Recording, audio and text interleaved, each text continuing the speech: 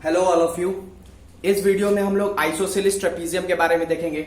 Isosceles trapezium क्या होता है, ठीक है। तो इसके लिए इसका डेफिनेशन है कि if two non parallel sides of a trapezium are equal then it is called an isosceles trapezium. क्या बोल रहा है आइसोसेलेस ट्रेपीजियम? क्या बोलता है?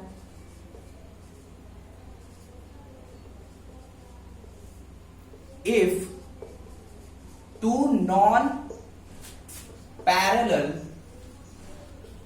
sides of a trapezium are equal, then it is called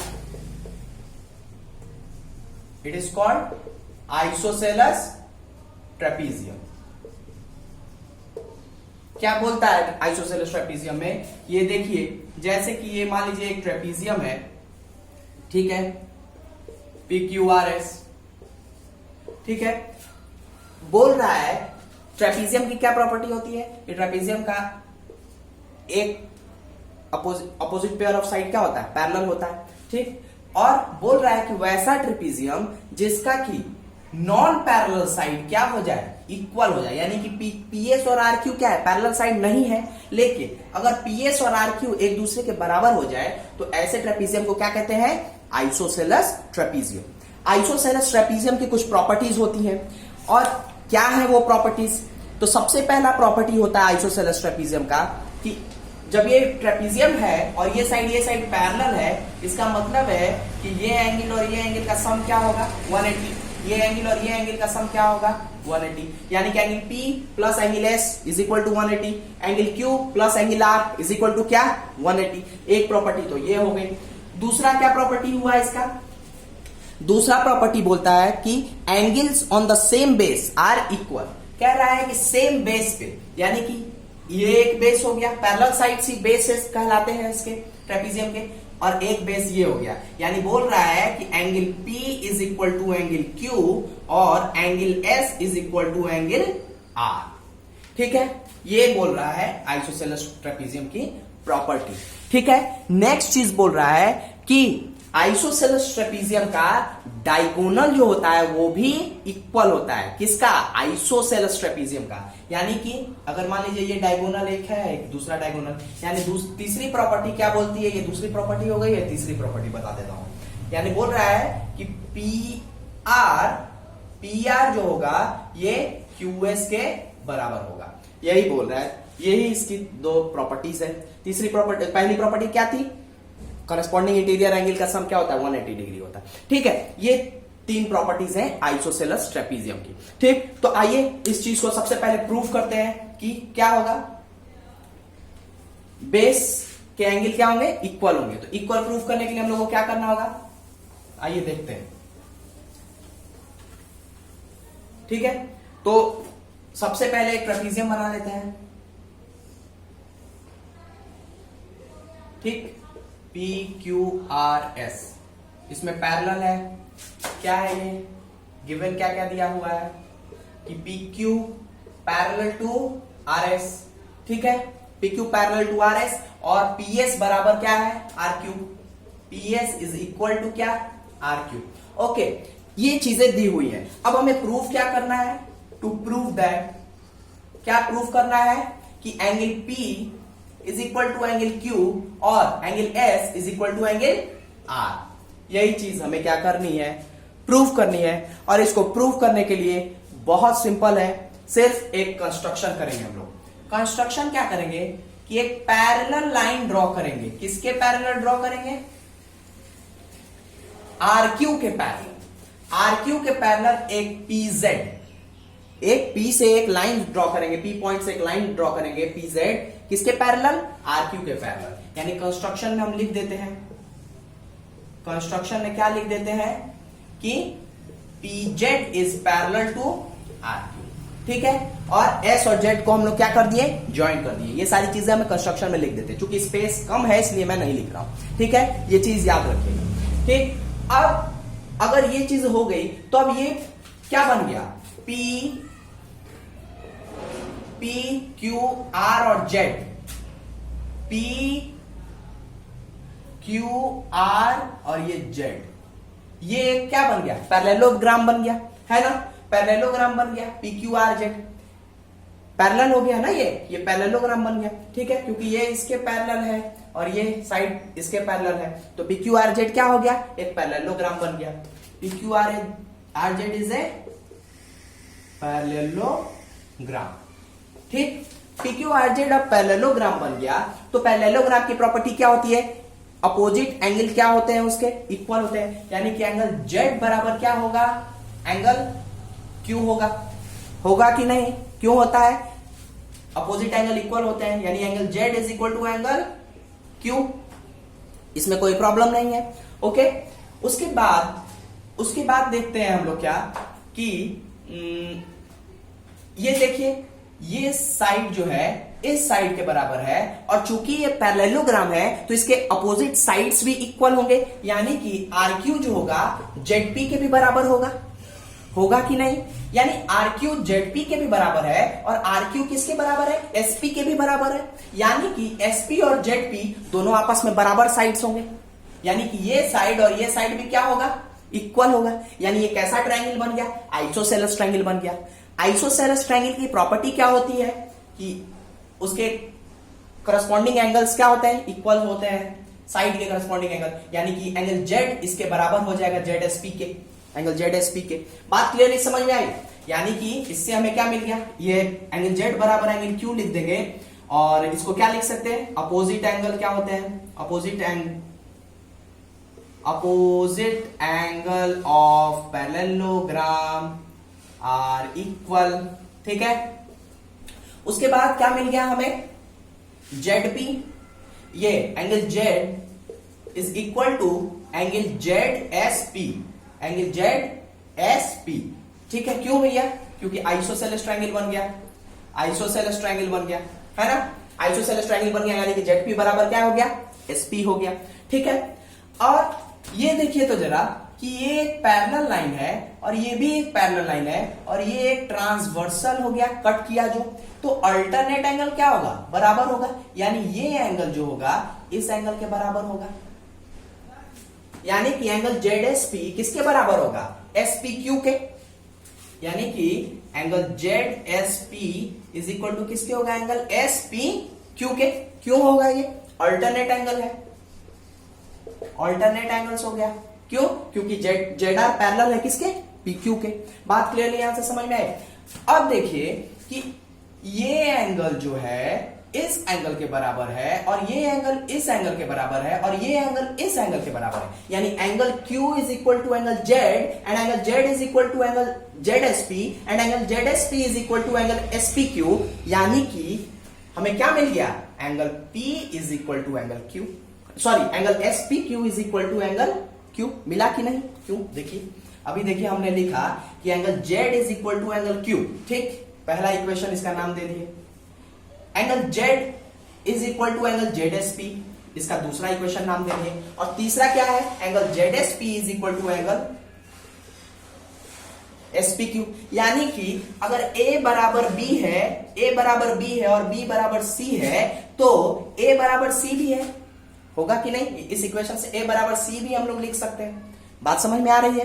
तो बस ऐसे ही लिखना है इसको कि देखिए Z बराबर Q है और Z बराबर इसके भी है, ZSP के भी है, और ZSP किसके बराबर है? SPQ के है, SPQ के है, यानी कि हमारा SPQ भी किसके बराबर हो जाएगा?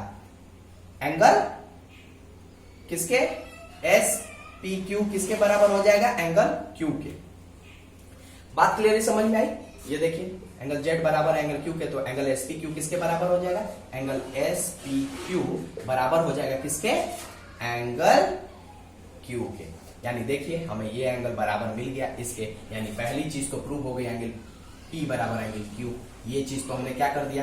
प्रूव कर दिया। बात समझ में आ रही है ना? ये मैं लिखना ही रहा हूं इतना सब कुछ, यहां आपको ये सारी चीजें लिखनी है। ये बराबर हुआ इसके, ये बराबर हुआ इसके, ये बराबर हुआ इसके, इसीलिए ये बराबर भी हो जाएगा इसके। बात क्लियरली समझ में आई? ठीक है।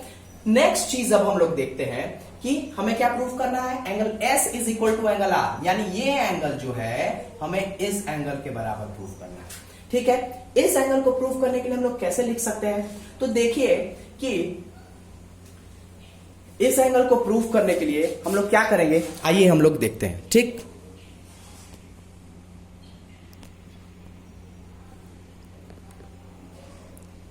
ओके, तो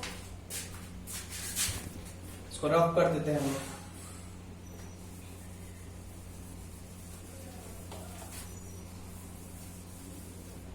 ठीक, ये अच्छे से देख लिया था आपने। क्या मिला हमें कि अब चूंकि ये पूरा पैरेललोग्राम है, तो क्या होगा, एंगल Z और एंगल R इसका सम कितना होगा 180 degree. Angle Z plus angle R is equal to कितना होगा 180 डिग्री। क्यों, करस्पॉन्डिंग इंटीरियर एंगल का सम कितना होता है 180 डिग्री होता है। ठीक है, तो एंगल R बराबर हम लोग क्या लिख सकते हैं 180 डिग्री माइनस एंगल Z लिख सकते हैं, Z को उधर ले जाएंगे तो। ठीक है, ये हमारा पहला इक्वेशन हो गया। ठीक, दूसरा इक्वेशन क्या लिख सकते हैं कि हम लोग दूसरा इक्वेशन लिख सकते हैं कि ये पैरेलल लाइन है, ZR जो है PQ के पैरेलल है, यानी कि angle RSP plus angle SPQ किसके बराबर होगा 180 डिग्री के होगा, है ना। ये चीज समझ में आ रही है, ओके। ठीक है, तो ये एंगल जो है, ये एंगल और इस एंगल का सम कितना होगा 180 डिग्री होगा। क्यों, क्योंकि पैरेलल लाइन है। ठीक, और अभी हमने थोड़ी देर पहले निकाला कि ये एंगल जो है इस एंगल के बराबर है और ये एंगल इस एंगल के बराबर है, यानी कि ये एंगल इस एंगल के भी बराबर है। अभी थोड़ी देर पहले हमने लिखा, तभी तो इस एंगल और इस एंगल को बराबर किया था हमने, है ना। क्यों, क्योंकि ये एंगल इस एंगल के अपोजिट बराबर था। ठीक, तो हम इस एंगल के जगह पे क्या ये वाला एंगल लिख सकते हैं, बराबर है तो जरूर लिख सकते हैं। तो एंगल RSP प्लस, देखिए जो एंगल मैं लिख रहा हूं उसको आप लोग देखिए वहां पे, ठीक है, कि कौन सी एंगल मैंने ये लिखा है। ठीक है, क्योंकि कभी कभी गलती हो जाती है मुझसे भी। ओके, तो एंगल RSP प्लस एंगल, ये क्या हो जाएगा, इस SPQ के जगह पे हम लोग एंगल Z लिख सकते हैं ना, एंगल Z लिख देंगे इज इक्वल टू क्या 180 डिग्री। क्यों ये मैंने किया, क्योंकि ये दोनों एंगल क्या है आपस में इक्वल है। ओके, इसी की जगह, इसीलिए मैंने एंगल Z लिख दिया। तो एंगल RSP बराबर क्या है 180 डिग्री माइनस Z, ये दूसरा इक्वेशन हो गया। यानी कि एंगल RSP, यानी कि अगर मैं बोल दूं कि x इज इक्वल टू हो गया 2 minus 1, okay, x is equal to, ऐसे समझिए x इज इक्वल टू हो गया 180 माइनस 10 और y इज इक्वल टू भी 180 डिग्री माइनस 10। तो क्या x बराबर y नहीं हो गया,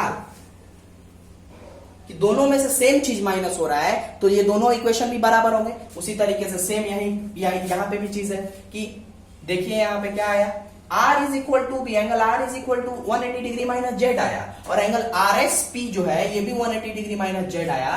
तो क्या हम नहीं लिख सकते हैं कि angle RSP is equal to angle किसके, R के। Angle RSP is equal to angle R, यानी कि आपका देखिए दूसरा पॉइंट भी प्रूव हो गया, एंगल S बराबर एंगल R, ये भी प्रूव हो गया। बात क्लियरली समझ में आई।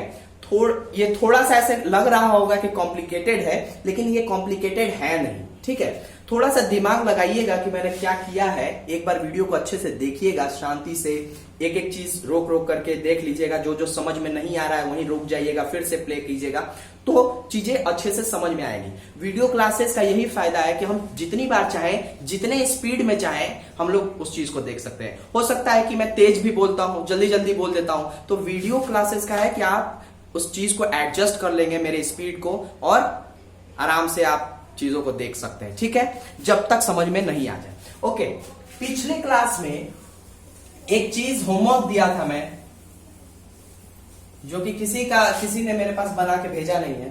ठीक, कि रोम्बस का जो डायगोनल होता है वो क्या करता है, बाइसेक्ट करता है। ओके, अच्छा ये वाला चीज मैंने प्रूव किया कि नहीं, कि इसका जो डायगोनल है, ट्रेपीजियम का जो डायगोनल होता है वो इक्वल होता है,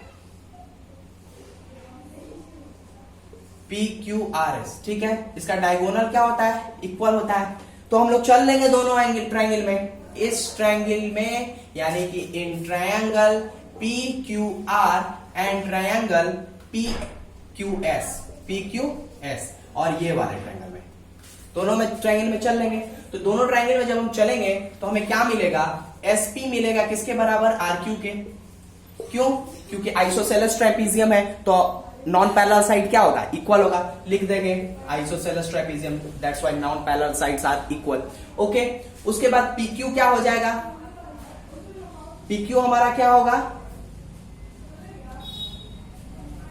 इक्वल हो जाएगा। PQ क्या हो जाएगा, PQ बराबर क्या होगा, PQ, क्यों, कॉमन होगा, है ना। उसके बाद नेक्स्ट चीज अभी हमने प्रूफ करी थी कि बेस एंगल भी क्या है, इक्वल है, यानी एंगल P किसके बराबर है, इस ट्रायंगल के एंगल Q के, यानी कि angle P is equal to angle Q। तो देख लीजिए क्या हो गया, SAS से ट्रायंगल कॉन्ग्रुएंट हो गया, यानी इस साइड के सामने, इस एंगल के सामने वाला ये साइड क्या, PR बराबर हो जाएगा इस एंगल के सामने वाला ये साइड, यानी SQ के। कैसे, CPCT से। ये प्रूफ हो गया कि डायगोनल क्या होता है, आइसोसेलेस ट्रेपीजियम का इक्वल होता है। बात क्लियरली समझ में आ गई, ठीक है। और नेक्स्ट क्या था हमारा, पिछले बार जो था कि रोम्बस का जो डायगोनल है एक दूसरे को, एक एंगल्स को क्या करता है, बाइसेक्ट करता है। तो सपोज कि ये हमारा एक रोम्बस हो गया, ठीक, ABCD, ठीक है, ये बराबर इसके, ये बराबर इसके, ये बराबर इसके, ओके, ठीक है। तो बोल रहा है कि रोम्बस का जो डायगोनल है वो एक दूसरे को क्या करता है, बाइसेक्ट करता है।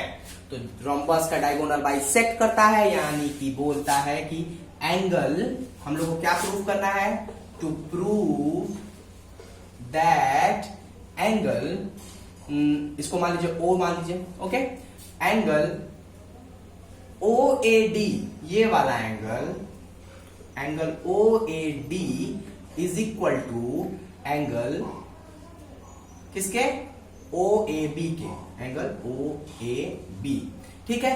और दूसरी चीज क्या प्रूफ करनी है, AC डायगोनल है तो एंगल C को भी बाइसेक्ट करेगा, तो हम लोग को प्रूफ करना है कि angle OCD is equal to angle OCB,